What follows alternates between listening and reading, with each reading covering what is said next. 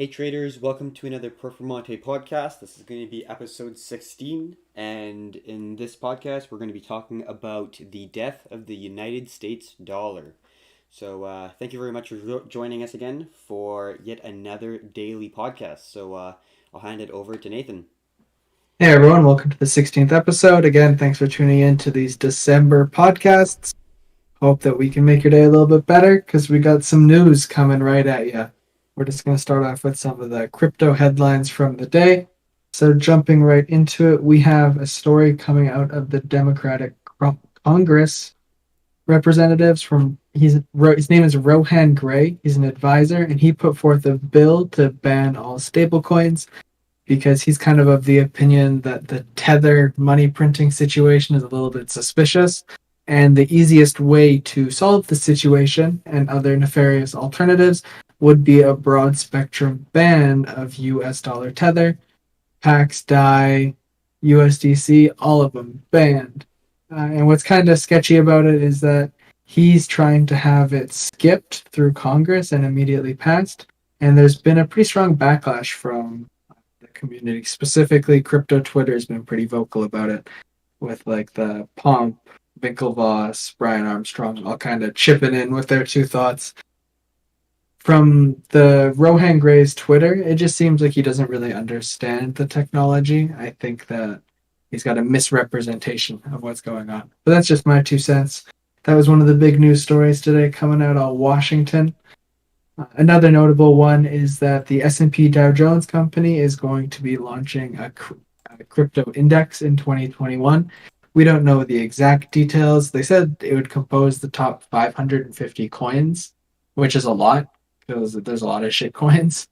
And so that kind of calls into question how it's going to get structured. They could kind of take like a top-down approach where maybe they go by large market cap. So single purchase index fund, you can get Bitcoin, Ethereum, Ripple, Litecoin, like your massive crypto market cap. So maybe you could get like a DeFi index similar to Binance futures, Link, Band, Ethereum, etc. Kind of that decentralized structure. Maybe a transactional index, Dash, Monero, Horizon, etc. I don't know. There's a lot of different permutations for how it could work, but I think in terms of accessibility and money inflow, this is comparable news to PayPal coming on board, just because of the logistics of how many more people and how much more capital hypothetically could have exposure to the crypto market without having to necessarily go out there, set up a wallet, transfer money, and go through Mm-hmm. the hoops that some investors might have to right now to get exposure. Totally. I love seeing the reduction of friction in the ability to get exposure in crypto through equities. I think that's a great option for people who don't want to set up a wallet, set up a either like a Ledger or a Trezor or whatever. Even if you're going to be doing a software wallet, it just makes a lot of sense if you're not really tech savvy in order to save yourself the headache. And it's pretty easy to take the wrong step if you're ordering a ledger. Also, for anyone listening, please always go to the source. Don't go on Amazon, don't go on Craigslist or whatever third party website. Always go to the source of wherever you're getting your hardware wallets because you know that they're going to be legitimate. So, just something on a side note to be careful. So, Yeah, just another tech tip to add on to that. Never copy and paste your private key or seed phrase when you're on mobile, just because it's possible for any app that is open to read, surveil it, and possibly pass that information on. That's something that should preferably be done with all apps closed, maybe even on airplane mode if it is an offline wallet that's stored on your phone. Just trying to reduce the possible surveillance of that sacred phrase that protects your investment. And just one last piece of news that I thought was kind of interesting is that there's a lot of rumors and speculation that Spotify might start utilizing cryptocurrencies as a payment method. And I think that's interesting because when you look at these conglomerates that are offering crypto credit cards, like for example, crypto.com or the Binance one, whose name I forget, pretty much the first perk that they offer when you stake their project is free Spotify. which is interesting to see that there are like if you're using a crypto credit card and your monthly fee is covered by your staking and you get free Spotify as a result, clearly there has to be some kind of cooperation between the two entities already. So it's not too far of a leap for them or for Spotify to start accepting crypto. I don't think I would pay for my Spotify with crypto, but it's still interesting to see that there must be some level of corporate cooperation when it comes to these settling these kinds of payments. Hmm. Yeah, definitely well said. I think time now to talk about the US dollar, kind of the main topic of the podcast in terms of the title. And I think it's a good way to start to go a little bit into the history of the United States dollar, kind of what happened, and how I think we are living something that's already happened in the past to some degree. And what the thing we're going to talk about is the period between around 1930 and the Great Depression, and then World War II, soon after the Great Depression. What happened was the central banks had to lower interest rates, and they got to the lowest the country has ever seen. It was just at around the 2% range, and it had to stay there for around a decade because they couldn't raise them. They were in a war, they had a lot of debt because they were funding the war. They just gone through a Great Depression, so they didn't really have a whole lot of money to pay back the debt. So they just kept on keeping the interest rates low, basically creating money out of nothing through credit, and that created a massive uh, worry of kind of fear of the dollar fading away. And there was a point in time where they had to discontinue the relationship between a certain amount of weight for a gold bullion coin or bullion amount of weight in gold comparable to a single dollar that you could exchange at a bank. So this was, I believe, in 1971. Yep, Nixon closed the gold window, and that was when the end. That was the end of the Bretton Woods system, which was the relationship between a certain amount of dollars turns into gold, and you could actually interchange them. And once that ended, you basically had an infinite amount of money that you could print. There was no amount of reserve that you needed to have in order to represent uh, in relationship to the United States dollars that are circulating around. And that created a window where you could print as much as you want. And there was massive inflation. If you look at the CPI, the Consumer Price Index, it was shooting through the roof, and it was a really big issue. They got over it. But at this time, I think we are entering a phase where they've realized this. Modern MMT, right? I believe modern, Modern money theory? no, MMT, modern monetary theory.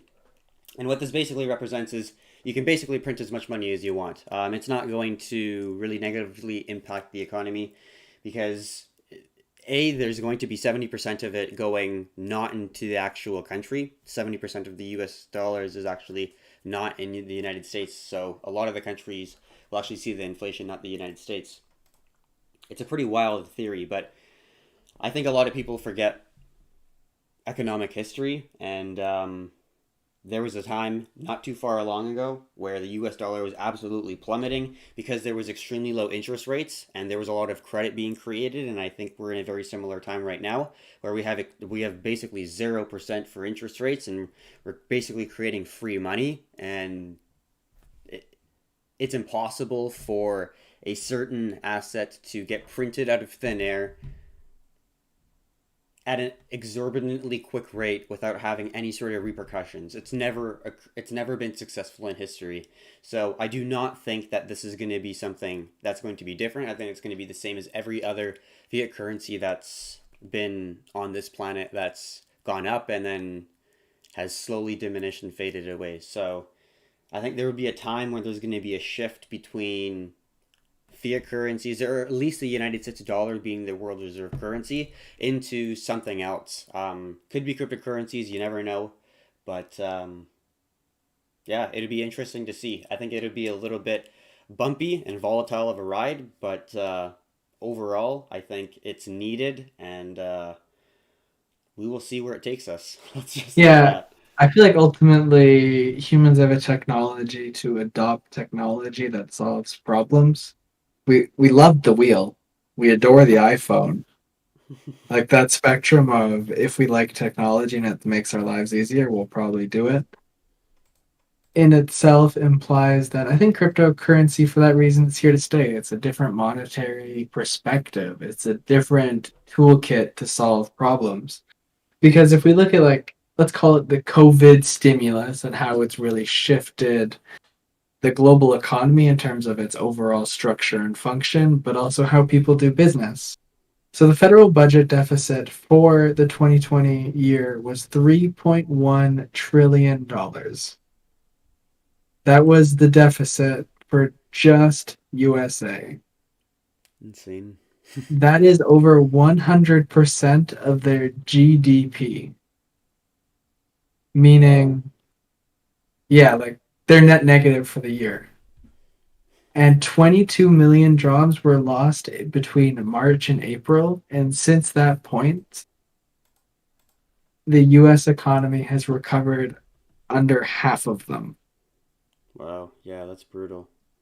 So there's like a fundamental storm brewing, let's call it. Mm-hmm. And our bucket to drain the water out of our boat is inflation, but that hole is only getting bigger and bigger. Yeah. And everyone's paying for it.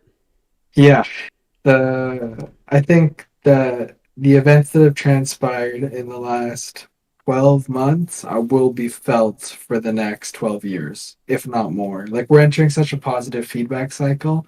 I picked those numbers out of thin air, but what's kind of been started with this inflationary positive feedback cycle is virtually impossible to put the brakes on because the only answer to that is pretty much human suffering in that you have to stop giving everyone money. You have to massively deflate the economy. And that's not something that any politician wants to do because people will die as a direct result because of unemployment. There will be massive unrest, and no politician in their self surviving mechanisms would enact that kind of change. Mm-hmm. Because realistically, that deflationary break, that deflationary stop, is what could bring the economy back in line. But from a political perspective, it doesn't really make sense. Nope. Definitely not. Especially when you're. You become the president to stay the president. Yeah, exactly. You're not It, like, yo, I'm just gonna go there, hit the brakes, everyone will hate me, and then I'm done in like 2 years or less, maybe. yep. That's Watch the. this. Yeah, exactly.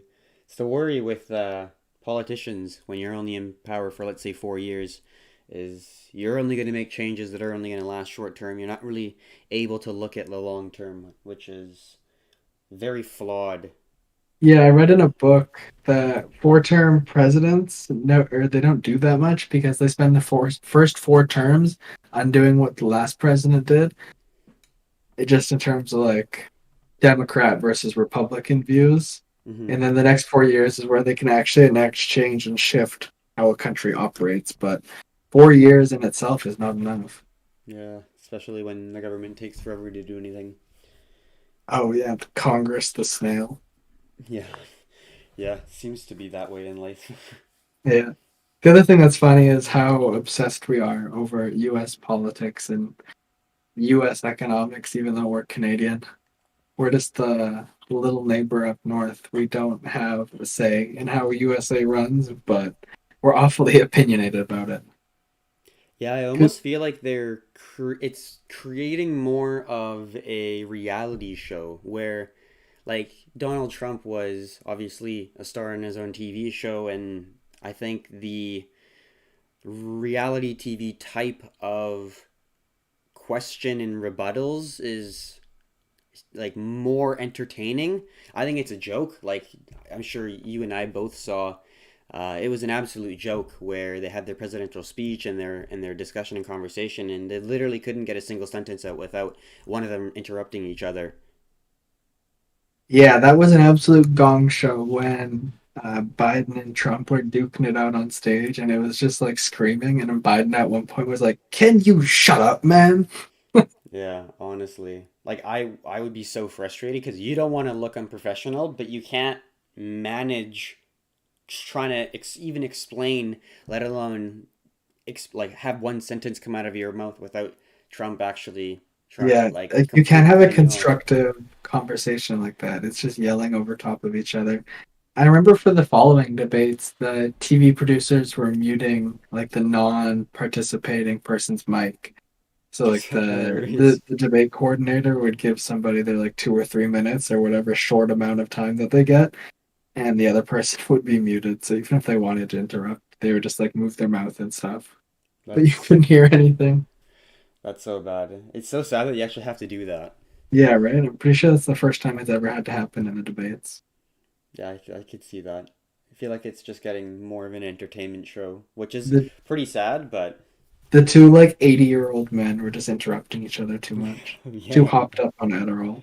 yeah, dude. Well, they gotta get the energy somehow. I feel like Yeah, they're right. at 80. Crazy stuff. Well, should we wrap it up here? Yeah, let's wrap it up. That was a great episode. Thanks for tuning in, everyone. Hearing us chat shit about the US dollar as Canadians. You know how it is. Just gotta keep an eye on the global economics just because everything's integrated. You gotta understand the whole picture before you can understand a portion of it. Very true. Well said. Thank you very much for watching. We appreciate it. Until next time, have a good one, traders.